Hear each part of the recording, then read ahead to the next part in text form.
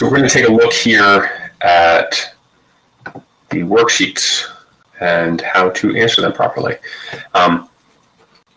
So we're going to use the informational packet, and your informational packet, looks like this. I've gone ahead and added a few notes to mine. I'm going to just use mine for the time being here. And we're going to use the flow chart on the front side of your packet here to answer these questions. So the first one says, using the flow chart, answer, clearly I got typos. Please answer the following questions. When the Federal Reserve buys bonds in the open market, how will the current account be impacted? So let me go ahead and show you this. So you go ahead and find buying bonds on the open market. So this is a monetary policy here. You have buying bonds in the open market. How will the current account be impacted? So the current account is all the way over here, current account. Well, how do we go from one side over to the other side? The link is going to be interest rates. Let me repeat that. The link is interest rates. You have interest rates on both sides. Very, very important. I cannot stress this enough. The link between monetary and fiscal policy is going to be interest rates. How do you go from one side to the other? So you buy bonds in the open market, supply of money would increase, and because the supply of money increases, more money is available. It should now be cheaper to get that money, so interest rates go down. This should seem logical. As interest rates go down, if interest rates go down, just plug those lower interest rates over here. So now we have lower interest rates. If you have lower interest rates, then foreigners are not going to want to invest in our economy. They're not going to demand our currency because they can't get that higher rate of return. So therefore, our value of our currency goes down. If the value of our currency actually goes down, if our currency depreciates, all of a sudden our goods will seem cheaper to foreigners. And if our goods seem cheaper to foreigners, we'll be able to export more. Exports are part of the current account. So our current account would increase. The current account would increase. Now, you're not going to just say, number one, up arrow, and then be done. That is not a correct way to do this. You would write out the step-by-step. So you say, buy bonds leads to supply of money increase, which then leads to your interest rates going down. And as interest rates go down, this is going to have value of currency go down.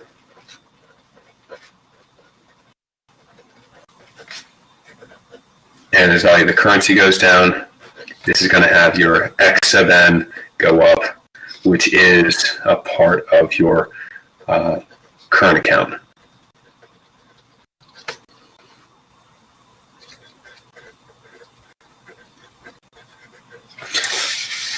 So there you go. That's how you would answer these. And I'll walk through a few of them with you. I'm not going to sit here and write them all out, but I'll walk through a few of them with you. Okay, so it says, when the Federal Reserve lowers the discount rate, how will economic growth be impacted? So again, let's just find the discount rate. It's monetary policy here, so discount rate goes down.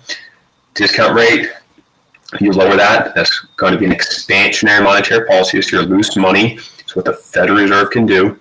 So we lower that interest rate. All of a sudden, banks borrow more money, so the supply of money goes up. The supply of money goes up, there's more money out there. It should cost less to get that money, so interest rates go down. When interest rates go down, you're going to see that businesses go ahead and buy more. The ISG goes up. You're going to see more capital purchases, and then this is going to lead to more economic growth. That more economic growth, that's the ability to make more in the future. Your production possibility curve shifts out, the LRIS shifts out. So economic growth is going to go up. Economic growth goes up when the discount rate is lowered. When the Federal Reserve lowers the reserve requirement, how will the US dollar be impacted? This is a lot like question number one. So reserve requirement lower, so banks have the ability to lend out more money. They don't have to hold on to as much of the deposits. All of a sudden, supply of money increases. It's cheaper to get loans now because interest rates are now lower. When interest rates are lower, if interest rates are lower, all of a sudden foreigners don't want to invest in our economy. They can't get that higher rate of return, so they don't demand our currency. And when they're not demanding our currency, the value of our currency is going to drop. If the demand for local funds increases, how will capital purchases be impacted? Okay, if demand of local funds goes up, maybe because we had expansionary fiscal policy or for whatever reason, if the demand of local funds goes up, this DLF, demand of local funds, if that goes up, that's going to cause interest rates to go up. And if interest rates increase, it costs more to borrow money. So we'll just plug over from over here, come back over here to see what happens to our capital purchases. Well, if interest rates go up, it costs more to borrow money, so capital purchases would go down. Hopefully this seems logical. If taxes are increased, how will unemployment be impacted? Well, if taxes go up, this is going to cause consumer spending to go down. So AD goes down. When AD goes down, you're going to see less GDP and higher unemployment. So you just go straight from taxes, higher taxes will lower consumption, so AD goes down, real GDP goes down, unemployment goes up. Hopefully this is starting to get easy, just kind of bounce around. If the supply of money decreases, how will imports be impacted? This is just like number one. Supply of money goes down, so interest rates go up. If interest rates go up, value of a country's currency is now going to go up because foreigners seek that higher rate of return to buy our higher yielding bonds and our financial assets that are going to demand our money. The value of the country's currency goes up. Our stuff will now seem more expensive to foreigners because the value of our currency has gone up, and because our stuff seems more expensive, foreign goods will now seem cheaper. And as foreign goods seem cheaper to us, we'll go ahead and import more. So that's all our steps. This should, you should be able to get the rest of them on your own. Let's jump down to some of the equations. Okay, so we want to use these equations in the packet. A couple of things we need to know. MPC plus MPS is equal to 1. Change in GDP equals to a change in our spending, which is just AD, times 1 over MPS. And then the other one, we have the formula that we'll need for this section. Change in GDP is equal to a change in taxes times 1 over MPS times MPC. Okay, so these are the formulas we'll need for the first few. Oh, sorry for it being tilted like that. All right, so it says that we have an MPC of 0.8. So if the MPC is 0.8, that means our MPS has to be 0.2, which means 1 over 0.2, our multiplier is equal to 5. And government spending is 200. How much will GDP change by? Okay, so we just plug it into this one right here. If spending was 200 times 1 over 0.2, we already learned that was 5, so 5 times 200 gets us that change of 1,000. Yay! Okay. Number 2, if the MPC is 0.75 and the economy has a recessionary gap of 2,000, how much does government spending need to change by? Okay, so now we're telling you guys that the gap here is 2,000. So now we have a 2,000 gap that we need to close. We're trying to figure out what we need to change government spending by. If the MPC is 0.75, that means our MPS is going to be 0.25. And 1 divided by 0.25 is just 4. So 2,000 divided by 4 gets you a change in spending of $500. And if we have a recessionary gap, government spending would need to be an increase in government spending by $500. All right, number 3.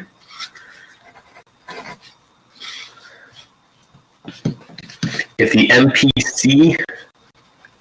0.9 and government decreases spending by 200, so we see that government spending decreases by $200 and decreases taxes by 200. Ooh, taxes decrease by $200. In what direction and by how much will GDP change? So here's a shortcut. You remember, balanced budget multiplier equals 1.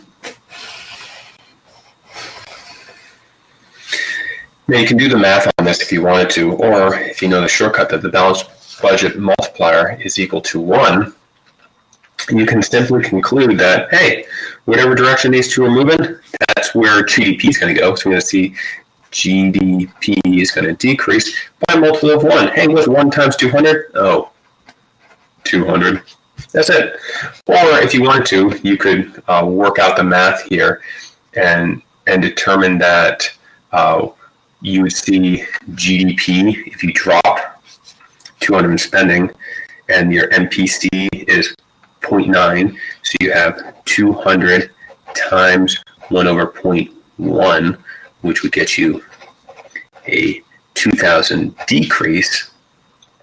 And then if you drop taxes by 200, you have 200 times 1 over 0.1 times 0.9 to get you an 1,800.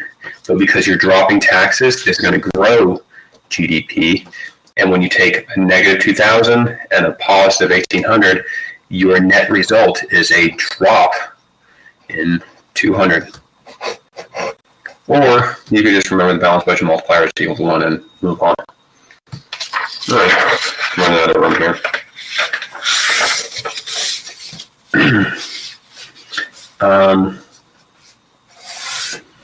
Okay, so number 4, all you do is just you plug it in for the taxes for the 1,000.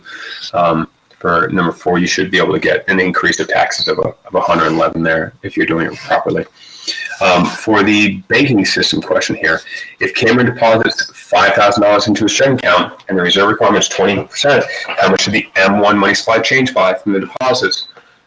Remember, the M1 equals cash in the hands of public. Misspelling, I apologize.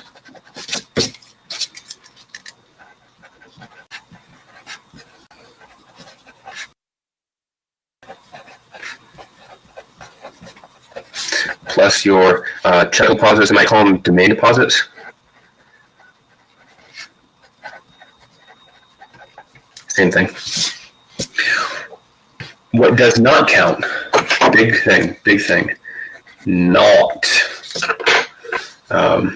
Not money in bank reserves. This is a big thing.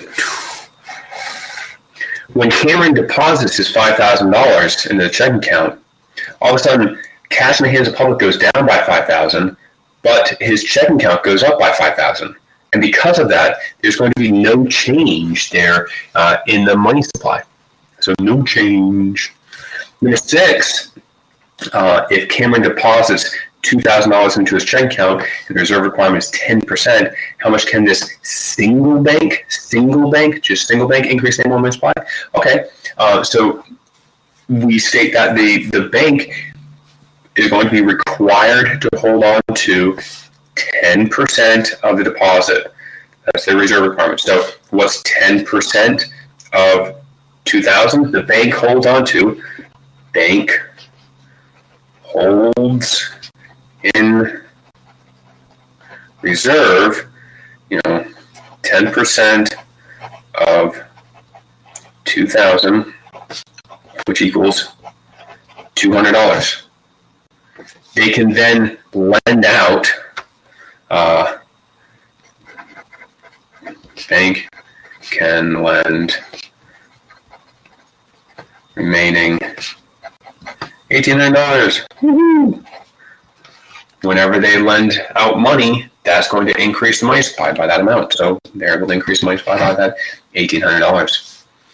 Number 7, we got if Cameron deposits $1,000 into his checking account and the reserve requirement is 25%, how much can the entire banking system increase the money supply? Okay, so when you see that phrase, banking system, banking system, that's your clue to use the money multiplier, which is 1 over the reserve requirement. So max new money created formula, max new money, remember, is equal to your change in your excess reserves. Excess reserves times 1 over that reserve requirement. Woo-hoo. So if Cameron deposits $1,000 into his checking account, the reserve requirement is 25%. The bank is going to be required to hold on to 25% of that $1,000, or $250, which means the bank will have excess.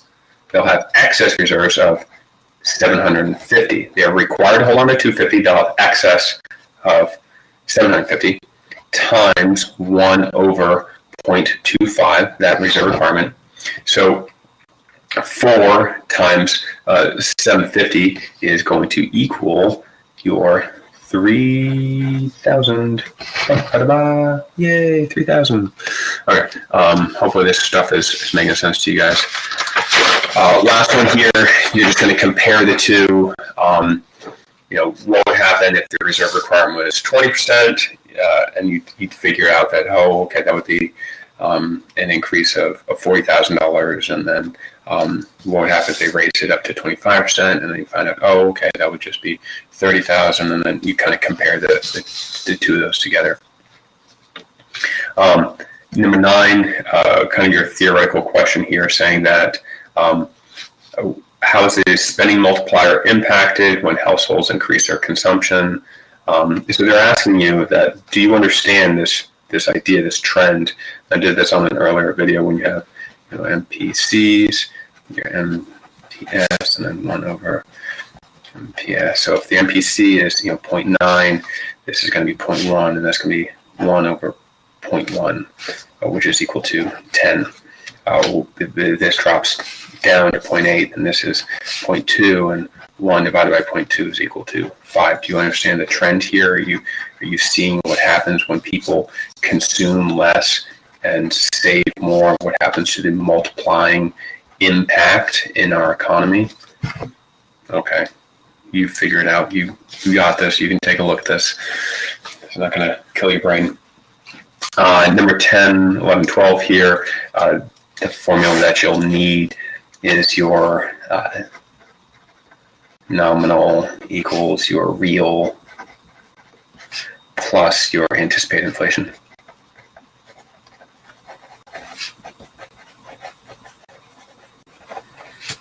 And then you'll be able to just look at this and understand that if workers' wages increase, if they're going up, yay, that's how much they're actually getting paid. Those are the dollar amounts that they're getting paid.